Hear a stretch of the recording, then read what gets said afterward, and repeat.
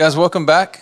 Breaking down the message. We are continuing the topic, family first. We just think it's such a huge topic. Everyone can relate to it. Again, Aaron Montes is here. What's up, my peeps? We're jumping right in. Tree of Life, we love you. Montes Burritos, bro, thank you guys for sponsoring this podcast. Man, I haven't had a Montes Burritos in a minute, and so it's long due. I need to go visit Montes Burritos. Tell us about those delicious burritos, brother. Oh, yeah, man. The best burritos in town. Come check us out, man. We're in Dallas, Carrollton area. Montes Burrito Dallas. We got breakfast burritos, lunch burritos, quesadillas, whatever you guys like. Build your way. And That's right. we got good, fresh hot sauce. Everything's fresh. Come check us out. We're open from 6 a.m. to 2 p.m. Monday through Saturday. Find us on Google. You can find us anywhere, man. And Facebook, Instagram. Hey, if you're not following us on Instagram or Facebook, follow us, man. Just every follow helps. So That's right. Like our stuff. If you've been there, give us a review. But we appreciate your business. We appreciate all those who have came by. Your families came by and thrown down. So, yeah, we check it out. Fresh tortillas daily. And if you come by and you say, I'm from Tree of Life, if my wife's working, well, we'll take care of you. But if our employees are working, I'm sorry, brother. They don't know who you are. They don't know we you. do. But no, I appreciate the shout out. But God bless you guys. Thank you for checking us out. Keep praying for us. Hey, this is true. My stomach just started growling, bro. I'm hungry. But let's dive in. So, family first. Yeah. So we want to dive into how this all came about, because I've been on this journey for a while as well. You and I have talked. Man, I've asked God, because I came to the realization that I did the best I knew how, because I have 3 kids. You have 3 daughters. Now you have grandkids. You're a young grandfather, bro. I just had to throw that out there because you're my age. I'm a young grandfather. Yeah, but I think we realized that the people that we love the most, we were being jerks, man, at times, or hard, or rude, or taking it out on them, and being stressed out, and just at some point when our kids began to fear us, and you just like, man, how in the world? Sometimes, how can you be so disconnected to the people you love the most? Yeah. And I think when you fill those gaps and you just don't feel that connection, that intimacy. And so let's talk about how this all came about, the backdrop of family first. Yeah. Well, my daughter told me, she said, it's been going on for the last couple of years, because I've really been trying to figure this out, man. And she was telling me, I don't understand why people like you. Yeah. She told me that. And she's like, everybody at church, and every church the church I was at, but previously, they would tell me, they would all take me to lunch. They always want to hang out. My kids were always there. And I started to think that this is who I really was. And they were getting a different version at home. Mm. And so I was looking at my life, and where I wanted to go back to is, who was I? What was wrong with me? Like, there's something wrong with me if my kids don't like me. If my kids don't want to be around me, something's wrong with me. And so that's where I started really, really diving in, man, and being real with myself, and looking myself in the mirror and say, hey, the world can love me, but if my kids don't love me, something's not right. I mean, and I wasn't doing it on purpose. Like, I wasn't trying to be funny, be someone to hang around. That's who I really was, but I was so serious at home. Like, I wanted to be. It's hard to put into words, because if my kids knew me I guess I was afraid for my kids to see who I really was. If they saw me as just a regular dude, and they probably would have loved me more, but I put up a front at home, and I wouldn't put up a front in front of people. I was more fake at home than I was with people. Okay. So if that makes sense. It makes sense. And so I wanted to be dad at home, be the ruler, Why do you think that is, though? I don't know. You think it's because you wanted them to like you more than you wanted your kids to like you? Do you think it was? I don't know, bro. It was more, I didn't care about the people, if they like me or not. It was no big deal, but I was happier around people than I was with my own home. Yeah. It was easier to be, like you said, it's always easier to be in the world. It's always easier to hang out with people, because it's all superficial hanging out. Because you don't live with them. Yeah, because you don't live with them. That's the biggest. You're not tired of them. Yeah, you're not tired of them. And that's the coolest thing, that you get to notice, that in home, you realize who you really are. Outside here, you can play the game and fit the role, and because you're needed out in the world. You're needed. Like I had a good job, and I used to do electrical, so I was troubleshooting, and they would love when I'd help fix. I was always fixing problems. And I was well known because they needed me to fix the solutions. But at home, I couldn't fix nothing. And so at home, I just wanted everything to work out perfect. And I'm a guy that likes to fix problems. And so what I wanted was to fix their problems, but I was the problem. And I didn't know how to fix myself. Yeah. And I would use, like we talked about, fear of the Lord and in the wrong way. And I would pretty much kill myself with the word because I wasn't following the word. And so I was really like a wounded person, man. And I didn't know how to get out of it. And slowly I started to realize that it's not my fault, man. And I can't help the problems that I was dealing with if we can get into all this, but it was almost like unconsciously I was doing things because I didn't know no different. And so I was falling into a pattern that I didn't realize that it was happening. It was, you're doing things you don't even know why.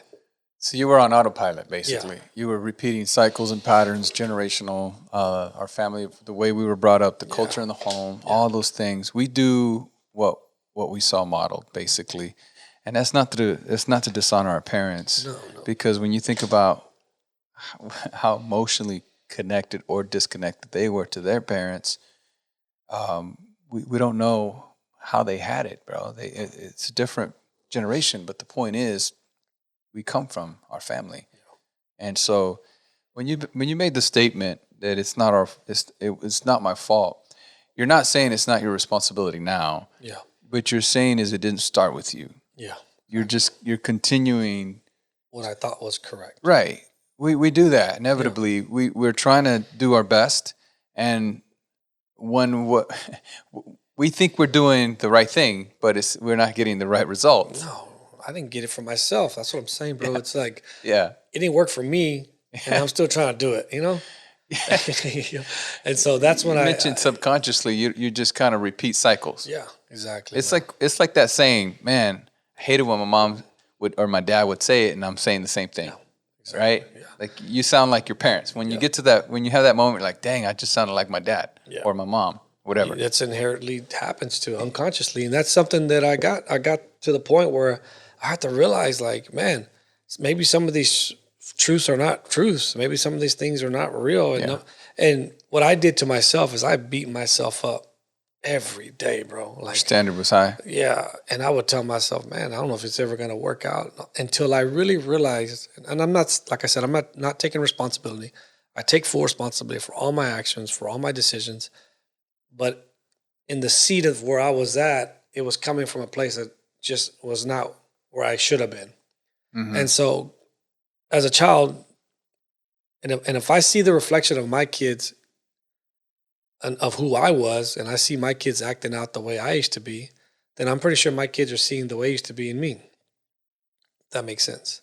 Mm-hmm. And so I started looking back at my problems, and they're not like I don't have no like crazy trauma, but it's just emotional issues that I didn't deal with, or I didn't know how to deal with. And one of the things that, and I'm reading this book, and it talks a lot about this things, and he says that when a child acts out, he's trying to say something, and that's what really opened my eyes, because I remember growing up, and that was my MO. I was the kid that acted up. It was loud, and that was the way I was. So I questioned myself. What was I trying to say? Like, what did I not was able to release? What was I not able to say? Or what was I not able to let out, or let someone talk to me about? I think my parents wouldn't have that conversation with, like, hey, are you okay? Or how's life? None of that. They didn't, and that's not their fault. They didn't know how to have that conversation. And so for me to think that, and I didn't know how to have that conversation with my kids. I didn't know what my job as a preacher's kid, or whatever you want to call me, or pastor's son, or my job was to have the perfect family at any cost. So I beat them with scripture. I beat them with words. I beat them with the belt, whatever I could, just because I wanted them to be a reflection of me. I didn't want them to make me look bad. And I didn't even know that, bro. That's big. A lot of people will make this statement, especially in a generation before us. They would say, don't embarrass me. Yeah, don't embarrass me. Don't make me look bad. You will not embarrass me, because manners are important. Class is important, being classy. But And even in sports, bro, like when you have kids that are on a team, you want them to make you look good. Yeah. Wear our last name proud, and I've heard it said that we have to be careful that we're not, I was at a game. I was at a little league baseball game, and I was there with family, and I noticed, I saw a beautiful moment. I saw a father that embraced his son even though they lost. So there was a kid that made a mistake that lost the game, and it was one of those. He had a second to react, and he made a mistake, and it cost him the game. It was an all-star game, and the kid just looked at his dad, and his dad just said, "It's okay, mijo," and he just hugged his son and he embraced him. I'll beat you at home. Well, I watched that moment because instead of him shaming his son, instead of him saying, "You idiot, what were you thinking?" Yeah. He just said, "It's okay. Yeah. It's all right. It was a good game, You did your It was best. close. You did your best," and he hugged his son. That was so healing, I think, for his son, because I've seen the opposite. Yeah. And I think we're raised to try to make our parents look good for the sake of others, bro. It's exhausting because it produces performance. Like we got to fake it. Yeah. We got to pretend that everything's good, right? And we're saying those things because we're not having that at home either. Exactly. Don't embarrass me. Right. That means that you're embarrassing at home. Yeah. So don't embarrass me in public. Yeah. Yeah. So it's like you can embarrass me here, where there's nobody at, but don't embarrass me in front of people. Yeah. And that's one thing that we really have to get back to that, man, because our family is everything, and that was something that the Lord was really putting on my heart. Just the smallest things. We're trying our best, and I did my best, and I tried my best, but the small things I ignored, little things I didn't care about. Conversations, it's no big deal. We'll just talk later. One day, I would always tell myself, when they get older, we can have real talk. When they're about 20, Putting it off. Yeah, like put it off. Like when they're old, they're not right now. They don't understand. But really and truly, between they're born until they're like 6 or 7, that's an important time of their life. Big time. And so they want to talk to us. And They do. And I didn't have no conversations. And I don't know what my childhood was like. I don't remember a lot of my childhood, but I know that naturally that's not the way I should have done things. So something was weird in my life, and I'm gonna talk to my parents, and I have talked to them a little bit, but it goes back to wondering why I am making these choices, and why am I reacting this way? Why am I frustrated? Why am I have anxiety? Why do I have fear? Was I not nurtured enough? Was I not loved enough? Was I not? And we all love our kids. I mean, you would do anything for your kids in any way, shape, or form, but there's a moment that they're not getting still. They're not getting a part of you that they desire. They're not getting a part of you that they needed at a certain time. So now you're seeing the fruit of a house. When you see crazy things happen, you can go back and all the way back to the home. Everybody, I watch a lot of them shows on prison, and the first thing they say is my childhood. Right. And they're 50, 60 years old. And they're still talking about their childhood. That's it. And they're bringing up the past, and you're like, why are you quit blaming your parents for this? And it's not that they're trying to blame them. They just don't know how to put into words what took place in their life. And usually their trauma or something that happened to them happened because something happened when they were young. It always goes back to when they were young. Yeah. And if we're not nurtured, we're not taken care of, we're not loved, we're not like what I'm saying now, we want to give our children our time, our affection, our intimacy, or have those conversations. If I'm not giving my kids that, I have Nicole's still 13 years old, fixing to be 13, and I'm still having struggle with her, with conversations. Yeah. So it's not like I'm perfect and everything's perfect now because I figured this out. It's a journey and it's a process. And my wife and I talked about it this morning, how much she's backtracking her life and I'm backtracking my life, and we're just working together because we want to be whole, we want to be complete, we want to close all the gaps, and that's if the kids are not happy, it's usually because the parents aren't happy. That's right. It's that simple. Yeah, and there's so many different cases out there, different examples, or just different situations. Not one thing is like the other, exactly like the other. Yeah. There's no family that's exactly like every family's different. That's the whole point. And So you can do the best that you can and things not turn out the way you want them, because at the end of the day, they still have their own will. But you do have to take responsibility to say, man, am I present? Am I available? Am I attentive? Am I patient with my kids? All those things, right? You ask your questions, and it's easy to feel defeated even in this conversation. It's easy. It's easy to be like, dang it, I'm blowing it. I'm a deadbeat dad or whatever. Or I'm just, it's easy for you to take that route of the victim mentality and be like, throw a pity party. And that's not what we're doing. You have to acknowledge the past in order to truly embrace the present, but also move towards the future. You have to go backwards before you go forward. That's just the truth. Because if things, like even in salvation, we're going back 2,000 years ago, and we're acknowledging what Jesus did in the past that blesses our present and our future and our forever. But also when it comes to things that were traumatic or things that were unsettled or we didn't forgive, or transactions that are still open that haven't been closed, we have to go back and do some work so that we can have a better present and a better future. Yeah. So you do have to do, like you said, backtracking. You have to go back and say, who do I need to forgive? Or, man, maybe this, you discover, why do I do what I do? Why do I respond the way I respond? Why was I so angry? And then you start letting the process take place and ask the Lord to heal you. Yeah. And I think it's super helpful, because I've done a lot of work with the emotion, the soul, the heart, going back and saying, man, I've been angry for a long time. Like it didn't start just my adolescence. No, I was an angry kid. Yeah. Why? Well, what happened with my dad, with his dad? Like I started seeing that there was connections there. There were the pieces to the puzzle. And so, but it's really all of it. If we can summarize it in this quick way, all of it leads to surrender. At some point, you have to give it to God. At some point, you have to say, Lord, there's still issues in my heart. I'm still defensive, or I don't like to be coached, or I feel like, there's this saying that when I'm correcting you, I'm not correct.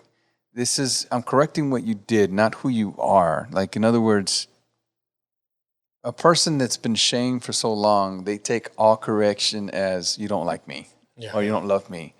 No, I love you. I'm not correcting, I'm not correcting you as a person in the sense of I'm not shaming you. I'm just saying the behavior has to change.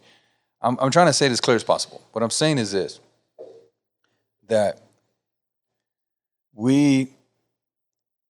because of the way we were brought up, and I'm even careful with that because I don't want to dishonor our parents. Right? Yeah. Because of the imperfect world we live in, that's just the bottom line, right? Yeah. There's so many gaps.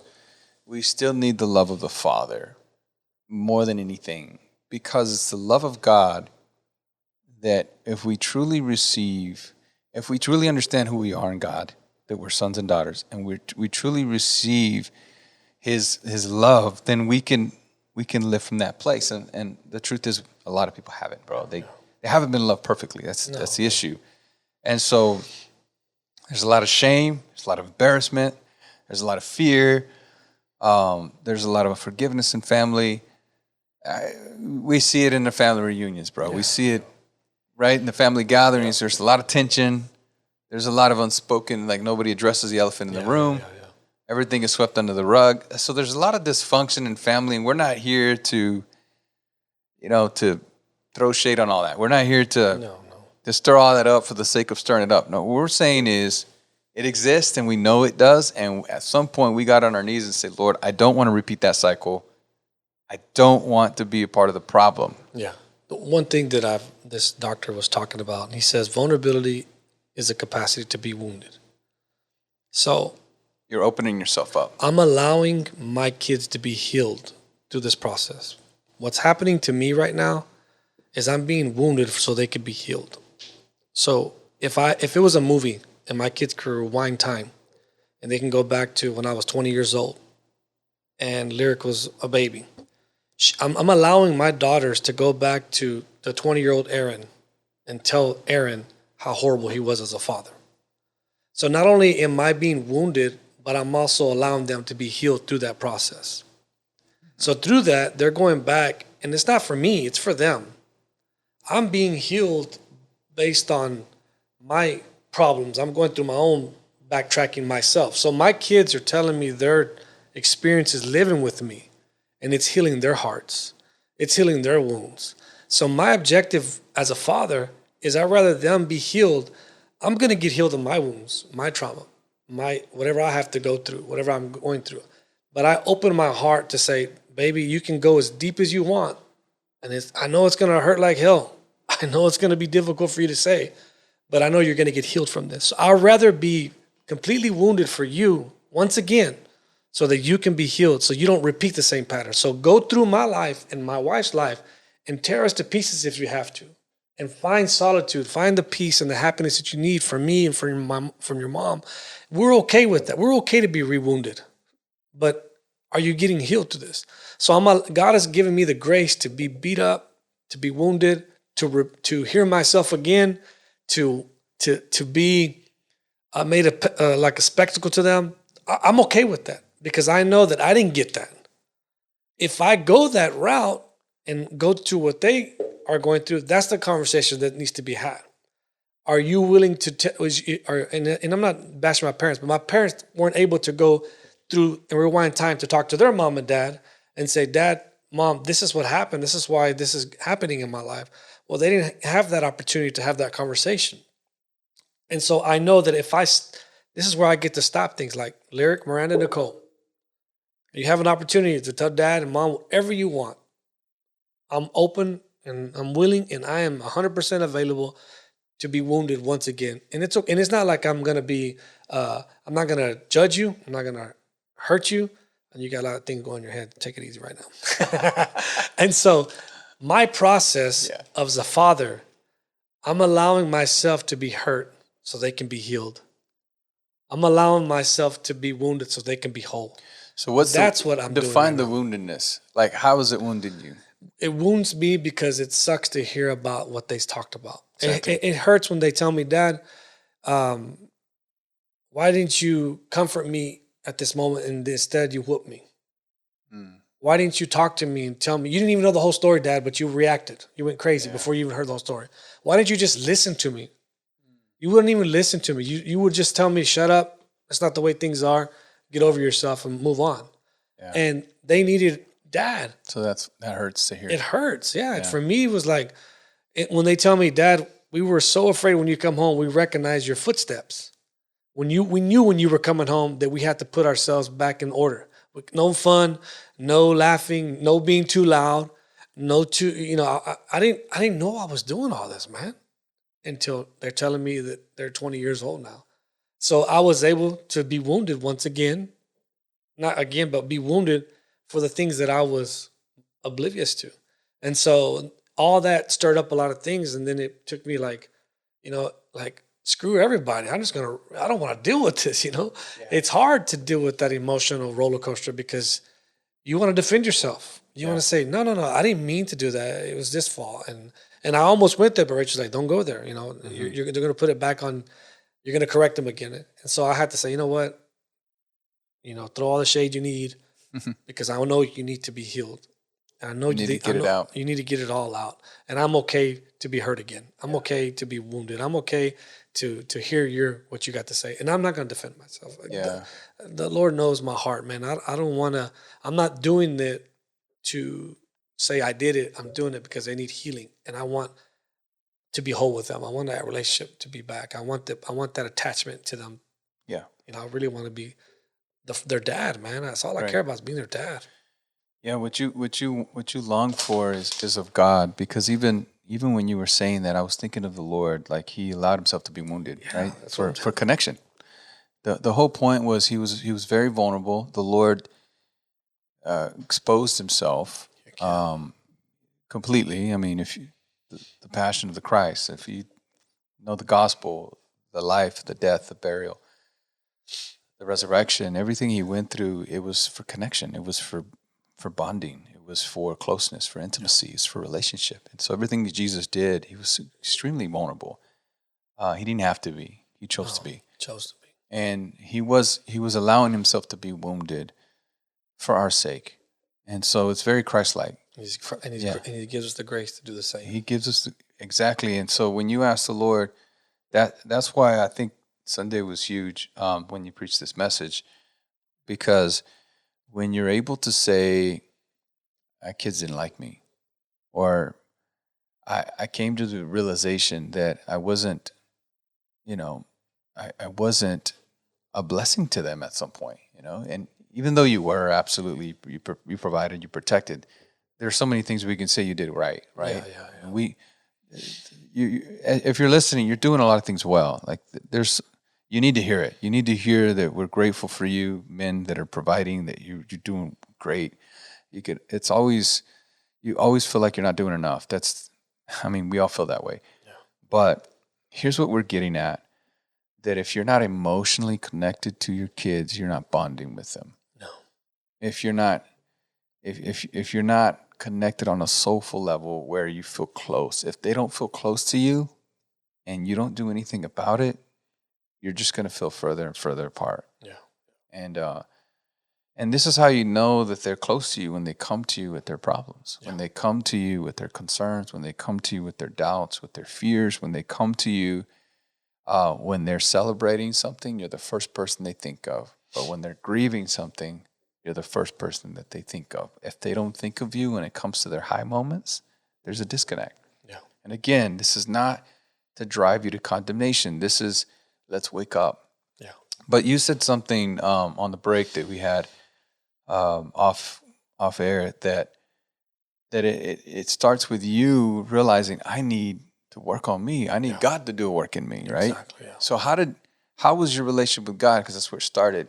How did you view God prior to all this or during all this that impacted the way you were treating them? Well, another thing. Unless you wanted, you ready to dive into that? Yeah, my daughter has told me, she's like, Dad, that show Deadliest Catch. And I'm like, yeah, I used to watch that show 24/7. I don't know, it was the same thing over and over, but I liked it. Yeah. And she says, I watched episode after episode, and I couldn't stand watching it, but I wanted to watch it so I could have a conversation with you. Okay. And so when she said that, she was working some way to capture my attention. Yeah. And when I heard that, I was thinking about how much I've done to capture God's attention. Daddy, I'll preach, I'll teach, I'll podcast, I'll spread the gospel. I'll be there Sunday, I'll be there Wednesday, I'll be there Monday. I'll drive hour after hour, conference after conference. I'm proving to you that I love you. And so that type of lifestyle of me proving myself to God so that he loves me, they were doing the same thing, trying to find connection with me. Yeah. And so that's where everything began to be exposed, because I realized that 90% of my relationship was with God was based on works. What could I do to please him? What could I do to get his attention? What could I do? And there was times where I was angry because he wouldn't respond. Yeah. And I get it. Now that I didn't respond to them, they were angry with me. It's that whole relationship with God that I was looking at them the same way they were looking at me the same way I was looking at God for some type of attention. They would scream, and I would just I would scream in my closet. I would cry out to God, feeling like he didn't hear me. He was there the whole time, just like I was. But I didn't know how to have that connection. Yeah. And when I realized that my relationship with my kids, or my kids' relationship with me, was the exact replica that I had with God, then I started to question my relationship with God. Do I love you because you can do something for me? Am I after you because I need something? And that's when the journey of intimacy with him started happening. I was like, I got to love the Lord no matter what. I don't want anything from you, God. And I know we talked about this. And I want to love you for you and not for what you can do for me. And so I think that was the breaking point for my family, that the Lord allowed me to be broken, to recognize that my relationship with him had been based on what I did for him. And he could care less, in a sense of saying, yeah, I get all you've done for me, but it's like that scripture, but I didn't even know you. Right. And that's how my kids were. I do all this and don't even know you. Yeah. And so we have to learn that we have to be very careful, because this is Like the Bible says, it's very strong. It's very powerful. Sword, man. It's a sword, and we have to be very delicate with this, and we can't treat it lightly. Yeah, the word of God, man. And so I was doing that with them, like, hey, look, she was trying this to please me, and she's like, if I do this, Dad's gonna love me more. Dad's gonna see me more. Dad's gonna pay attention to me. Maybe sports. Maybe your kids are using sports to get your attention. Like if Dad sees that I'm good, maybe he'll love me. Maybe I gotta get better at this sport because I have a bond with my dad in the sport. And you have to be careful because you're creating bonds that are outside of who you are. And you're just doing it because you're finding, I have a kid and he's an athlete. He's great. He makes me look good. I make him look good. And you start having these bonds. And when baseball's gone, when football's gone, there's no relationship. Yeah. You see what I'm saying? Yeah. It's like marriage. The same thing with people who are married. They have their kids and once they get out of the house, there's divorce because their whole life was based on their kids. So we have to be careful that our bonds are bigger than sports, than anything else. It has to be intimacy with one another, and we have to have that in the family. And I believe that what I said Sunday, if we're gonna have a church full of people, it's beautiful. But when we have a church full of families who love the Lord, It's gonna just be amazing because that's what we're looking for. Families who really want to be a real family. Yeah, absolutely. And so when people are coming, they're coming, and we all have gaps. We all have things that are missing in terms of what we needed to receive. All of us do. Yeah. Because we are imperfect people with imperfect families. So the truth is that when people come to Tree of Life, they're coming with their dysfunction. They're coming with their brokenness. All of us are. So we come and we are adopted in faith. Spiritually, we become children of God. That's what the scripture says. For as many as believe, they become children of God. This is in John chapter 1. So when you become a child of God, when you're born from God, He's your Father. And He begins to father you. And He begins to nurture and comfort you. And Holy Spirit teaches you. And now we have a family in the church. But the whole point is, what you said on Sunday, is when we come together, we are family, but we need to be family at home. We need God to be our everlasting Father at home. We need Him to be, and He is that. But the point is, there should be no disconnect. As a matter of fact, when He's the home, He's the Father of our home. When He's loving us, and we see Him correctly, that we are enough as children of God, and it's not based on what we do. It's who we are first and foremost, and who we are impacts what we do. And we live in that place of rest, trust, peace with God as our Father. Then we can also love our children. We can love our spouse. We could love others from this place because we settle into, man, I have a relationship with God. Yeah. What could be better? What could be greater? Yeah. So I'm saying that because people are they don't know how to do this. We didn't, and we're still learning.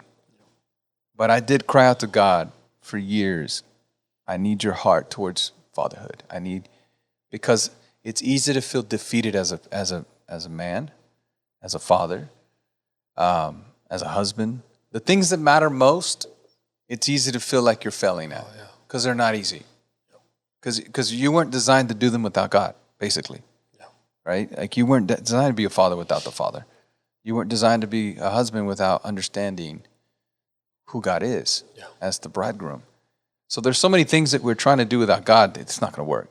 So I'm getting to this point that the Lord gives us the great privilege of being His child.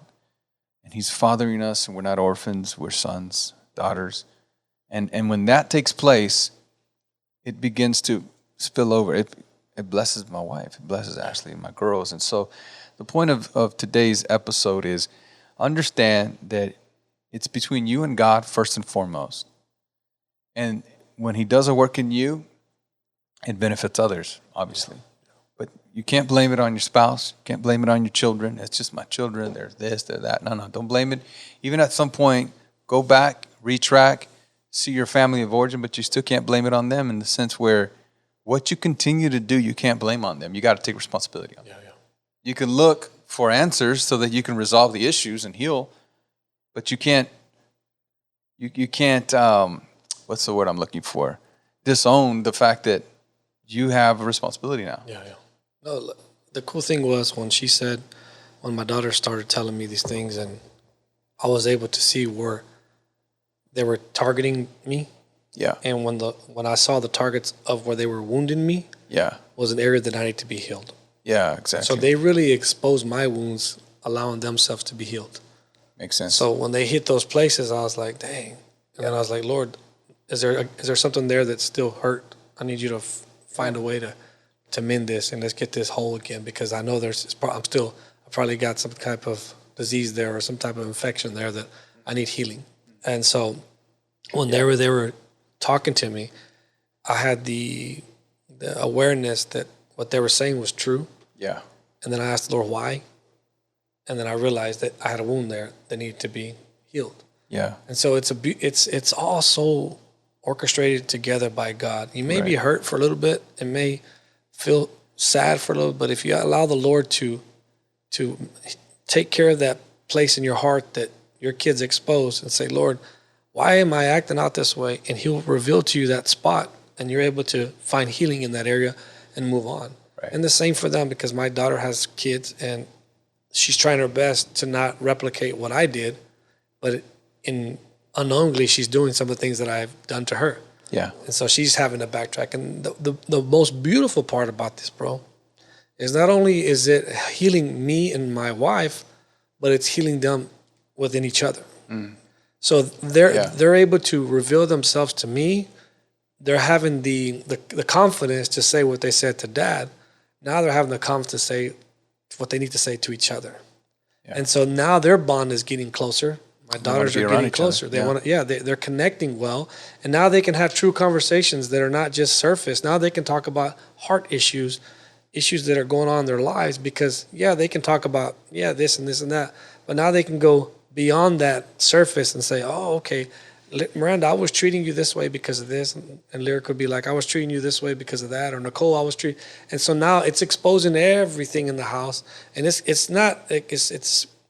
almost like everything's uneven right now, and we're just praying and asking the Lord to keep that dome of grace over us to get past this season, so that we can our garden can be completely whole. Yeah. And so little by little, there's hiccups, and it's not over yet. I know it's not over. I still got a long journey of navigating this whole process that we're going through. But the good thing is that God's with us, and if you're willing to allow yourself to go here, God's got your back. Yeah. And I want to see my kids raising kids together and growing their own children together with no competition, no type of gossip, and that tension when my grandkids are all together. It's a big family, right? And not just this chaotic moment where my kid can do this better, my son's better at this, and just it turns into all that mess. And we're not going to allow that. That's what, if you want to go to values, that's some of the values that we already talked about as a family. Yeah, we can do that in another time. Yeah, another episode, because that's definitely important. We need to. Man, that's beautiful, man. I'm on this journey as well. I'm definitely wanting to have intimacy on all levels, especially with Ashley and my girls, my babies.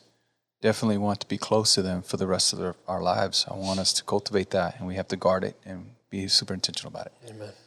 So, I think that's a good place to end this podcast on this episode. We just pray grace over you as you're listening. If you got to this part, if you ended this podcast, man, well done. That you were able to continue and listen and grow. The fact that you're listening means that you care. Amen. And that it matters to you. And so we're just praying blessings over you. And let's be on this journey together. We are a family, Tree of Life. We're a family. And let's be family at home first and foremost. Amen. So we love you guys. Anything else, man, before we close it? That's it, man. All right. Have a good summer. Absolutely. We'll see you guys on the next one. Blessings. Love you.